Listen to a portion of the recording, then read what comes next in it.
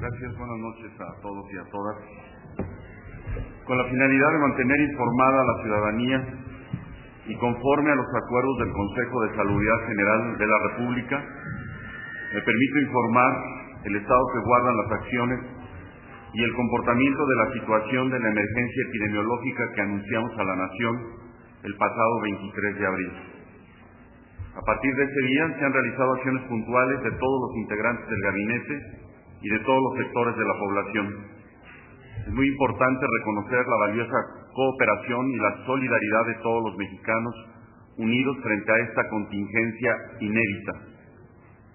Gracias a las recomendaciones de las autoridades sanitarias y la difusión que los medios de comunicación han dado a la población respecto a la epidemia, un gran número de personas han acudido a las diversas unidades de salud reportando enfermedades respiratorias. De esta manera, a partir del 13 de abril y hasta el día de hoy a las 6 de la tarde han ingresado un total de 1,324 pacientes que han estado o están actualmente en estudio para determinar si corresponde a la enfermedad que hemos estado reportando. En ese mismo periodo se han registrado 81 defunciones, probablemente vinculadas al virus, de las cuales en solo 20 casos se tiene la comprobación virológica. El día de ayer se llevó a cabo la sesión extraordinaria del Consejo de Salubridad General con la presencia del Presidente de la República. En esa sesión se ratificó y declaró formalmente el estado de contingencia sanitaria, así como intensificar las medidas de prevención y reforzar los grupos de expertos. Se reconoció la eficacia del medicamento antiviral que estamos utilizando, aplicado a tiempo, del cual contamos con la cantidad suficiente. Continuaremos con la distribución de cubrebocas, las campañas de información a la ciudadanía, la atención de los enfermos y solicitamos además la colaboración para disminuir las fuentes de contacto mediante la suspensión total de eventos en espacios cerrados o abiertos de cualquier tipo, como centros de culto religioso, estadios, teatros, cines, bares y discotecas donde se generen aglomeraciones. A partir del día de mañana iniciaremos con transmisiones especiales en vivo en 11 TV y en las frecuencias 105.7 Reactor, 107.9 Horizonte del Instituto Mexicano de la Radio, donde la población podrá consultar cualquier duda a fin de complementar la información acerca de la contingencia que estamos viviendo. En las próximas horas, la Secretaría de Educación Pública dará a conocer los horarios de transmisión. En uso de mis atribuciones, he tomado la decisión de suspender todas las actividades de los planteles públicos y privados de todos los niveles educativos, incluyendo las guarderías en el Distrito Federal, el Estado de México y el Estado de San Luis Potosí, las cuales serán reiniciadas las actividades en principio el miércoles 6 de mayo. Muchas gracias. Se da la palabra al secretario de Educación Pública. Gracias.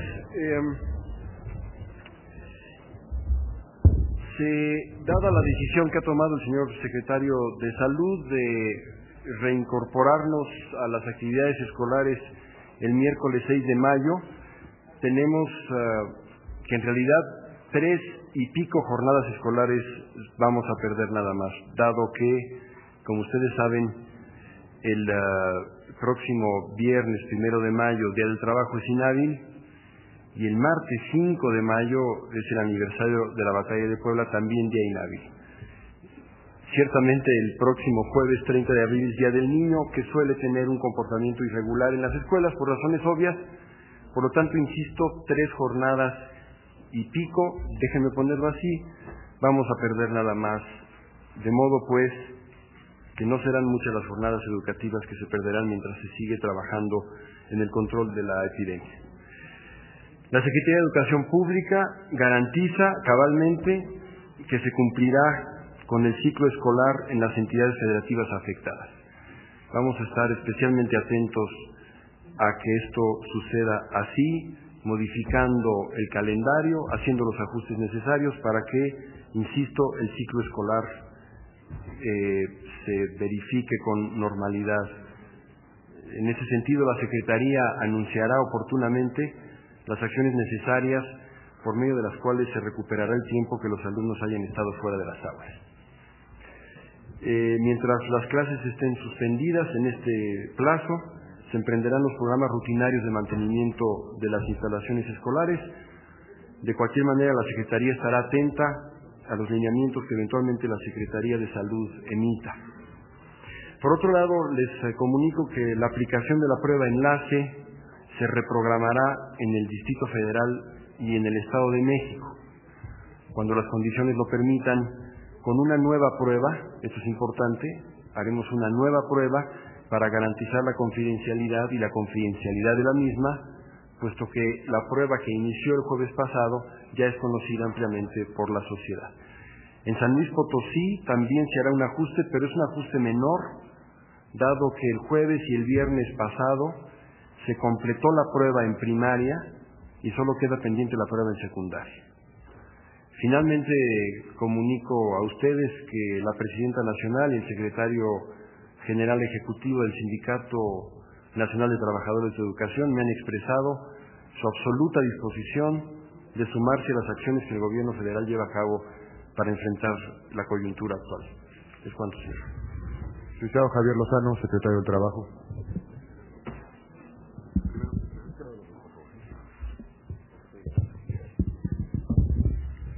Muy buenas tardes a todos. En la fase en la que nos encontramos y analizando diversas experiencias internacionales y los propios criterios de nuestras autoridades sanitarias que recomiendan como respuesta ante un brote atípico de epidemia o pandemia en el país, que las medidas que se adopten para la prevención y atención de tales contingencias permitan, a su vez, mitigar el impacto hacia la economía y el funcionamiento de la sociedad en general. Se busca asimismo el funcionamiento eficaz y oportuno del gobierno. En consecuencia, y por acuerdo de los integrantes del Gabinete Económico y sometido a la consideración del Ejecutivo Federal, no se suspenderán las actividades económicas con motivo de la epidemia recientemente detectada.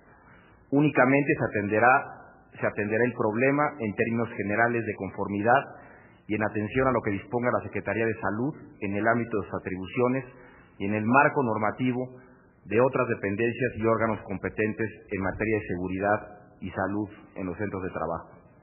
Asimismo, estaremos atentos a situaciones sectoriales o particulares que ameriten un tratamiento especial para asegurar la continuidad de la operación de la planta productiva de nuestro país y particularmente de la zona metropolitana del Valle de México en condiciones óptimas de higiene y seguridad.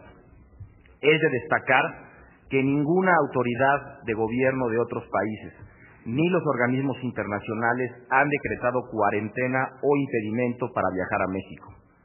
Tan solo se han hecho las recomendaciones pertinentes para tomar las medidas preventivas conducentes tanto para el turismo como para los viajes de negocio. En ese sentido, hemos sostenido reuniones y alcanzado acuerdos con las principales organizaciones patronales y empresariales del país a efecto de mantener una estrecha comunicación, colaboración, coordinación e intercambio de información a efecto de armonizar las medidas preventivas de nuestras autoridades sanitarias con la necesaria continuidad de la marcha de nuestra economía. Por otro lado, he instruido a la Procuraduría Federal del Consumidor para que ejerza las facultades que le confiere la ley para evitar que los proveedores abusen de los consumidores que requieren de artículos y medicamentos para prevenir y combatir la influenza. Deberán instrumentarse acciones de verificación y vigilancia para constatar que las prácticas comerciales llevadas a cabo por los proveedores se ajusten a lo dispuesto por la Ley Federal de Protección al Consumidor. Profeco se asegurará que brigadas de inspectores se aboquen a supervisar que los comerciantes de medicamentos no abusen de los consumidores, que exhiban sus precios y, en caso justificado, sancionen a quienes vendan a costos superiores al precio máximo de venta autorizado. Recomendamos a los consumidores adquirir los medicamentos en farmacias formalmente establecidas, evitando productos apócrifos. Además, que denuncien ante la Profeco cualquier práctica abusiva por parte de proveedores, aportando datos específicos para que se tomen acciones de inmediato. Convocamos a los comerciantes a la corresponsabilidad, a ser conscientes de la situación que enfrentamos, a no aprovecharse de la necesidad de la gente y despachar sus productos a precios que están marcados en sus etiquetas. La Procuraduría Federal del Consumidor estará al pendiente de que les sean reembolsadas cantidades íntegras a las personas que hayan adquirido servicios como transportes y boletos para asistir a espectáculos deportivos y artísticos cancelados por disposiciones de la autoridad. Para cualquier denuncia o queja, invitamos a los consumidores a que se comuniquen al teléfono del consumidor 55 68 87 22 en el Distrito Federal o al 01800 468 8722. Muchas gracias. Muy buenas tardes, tengan todos ustedes. El día de ayer, viernes 24 de abril, se constituyó y sesionó la Subcomisión para la Atención del Brote Atípico de Influenza en el marco de la Comisión Consultiva Nacional de Seguridad e Higiene en el Trabajo, que está prevista en la Ley Federal del Trabajo y que es un órgano colegiado conformado por representantes de patrones, de trabajadores y del gobierno federal. Una vez realizado el análisis de la situación y lo que dispone la Ley General de Salud, la Ley Federal del Trabajo y el Reglamento Federal de Seguridad, Higiene y Medio Ambiente de Trabajo, se aprobaron por unanimidad las siguientes medidas y recomendaciones. Primero, la Secretaría de Salud se auxiliará de los servicios preventivos de medicina del trabajo en las empresas para prevenir y contener este brote atípico. Segundo, los patrones deberán incorporar en sus programas preventivos de salud las medidas que dicte la autoridad sanitaria. Tercero, los patrones deberán transmitir a los trabajadores la información respecto de los riesgos relacionados con la exposición al brote atípico de influenza que emita la Secretaría de Salud, así como capacitarlos respecto de las medidas y programas que deberán observar para su prevención y control. Cuarto, cuando los patrones adviertan que un trabajador presente los síntomas iniciales de este tipo de padecimiento, deberán aislarlo de los demás trabajadores y remitirlo de manera inmediata a la unidad de atención médica que corresponda al asegurado. Las instituciones de salud prescribirán el tratamiento médico necesario y expedirán el certificado de incapacidad temporal para el trabajo, de acuerdo con su normatividad interna y los criterios que al respecto expida la Secretaría de Salud. Quinto, los patrones serán responsables de que se practiquen los exámenes médicos especiales a los trabajadores expuestos a este agente biológico, que por sus características, niveles de concentración y tiempos de exposición puedan alterar su salud. Será la Secretaría de Salud quien determinará la población ocupacionalmente expuesta y el tipo de exámenes que habrán de practicarse. Esta medida, por cierto, se aplica para el caso concreto a los trabajadores expuestos a ser contaminados con este brote, como lo son los que prestan sus servicios en las instituciones de salud. Sexto, los trabajadores así expuestos deberán someterse a los exámenes médicos que disponga la Secretaría de Salud. Y séptimo, los patrones, por consecuencia, serán los responsables de proporcionar a sus trabajadores los medicamentos profilácticos que determine la autoridad sanitaria. En adición a lo anterior, la Secretaría de Trabajo y Previsión Social puntualmente formula las siguientes recomendaciones. Primero, cada centro de trabajo debe contar con su propio plan de contingencia, de conformidad con lo que disponga la Secretaría de Salud y demás autoridades de protección civil. Segundo, se debe distinguir en cada centro de trabajo cuáles son las áreas, funciones y personal adscrito a actividades o procesos básicos de aquellas en las que por su naturaleza se pueda contar con un margen mayor de flexibilidad en cuanto a asistencia, trabajo desde el hogar mediante el uso de las tecnologías de la información y las comunicaciones, duración de jornadas, escalonamiento de estas, horario, para minimizar el contacto físico y las concentraciones excesivas de personal, y por lo tanto también se recomienda evitar o disminuir al máximo posible la celebración de reuniones, asambleas y eventos que puedan concentrar a un gran número de empleados o trabajadores. Tercero, los centros de trabajo deben contar con servicios básicos de higiene personal para el lavado de manos con agua y jabón, ventilación, iluminación natural, limpieza en objetos y utensilios, mobiliario y en general condiciones óptimas de seguridad y salud en el uso de instrumentos y herramientas de trabajo. Cuarto, se reitera un respetuoso llamado a los empleadores y patrones cuyos centros de trabajo se encuentren dentro de las zonas, poblaciones y ciudades en las que se ha detectado esta epidemia, a fin de que traten a sus trabajadores con especial sensibilidad y comprensión por lo que hace a posibles ausencias o arribo impuntual con motivo de las medidas preventivas que han anunciado las autoridades sanitarias y educativas en virtud del repentino cambio de lo que es la rutina que habrán de experimentar las familias afectadas por esta circunstancia. Quinto, asimismo, y en ese orden de ideas, se pide a los padres de familia trabajadores no llevar a sus hijos a los centros de trabajo. La medida preventiva que ha anunciado el señor secretario de Salud es precisamente para evitar el contacto de nuestros niños y jóvenes con otras personas o con instalaciones ajenas al ámbito familiar. Sexto, especial consideración se solicita en tratándose de madres trabajadoras en periodo de lactancia. Séptimo, cada centro de trabajo trabajador en lo individual, de acuerdo con sus circunstancias particulares, podrá y deberá acogerse a lo dispuesto por la Ley Federal del Trabajo en lo que concierne a la posible suspensión temporal de trabajo o de actividades o a las incapacidades individuales a fin de evitar el riesgo para la debida atención y por estar frente a causas de fuerza mayor. Octavo, los servicios de transportación de personal deberán ser lo más eficiente y seguro posible y se recomienda el uso de tapabocas y demás medidas preventivas de la Secretaría de Salud. Noveno, se sugiere que las dependencias y entidades de la Administración Pública Federal y también las autoridades locales involucradas sigan todas estas recomendaciones en la medida de sus posibilidades y capacidades. Décimo y por último, se recomienda valorar la posibilidad de otorgar ampliaciones de plazos para el cumplimiento de obligaciones y trámites ante las diferentes instancias del gobierno federal y en los gobiernos locales y fortalecer en general los mecanismos de gobierno electrónico en trámites y cumplimiento de diversas obligaciones.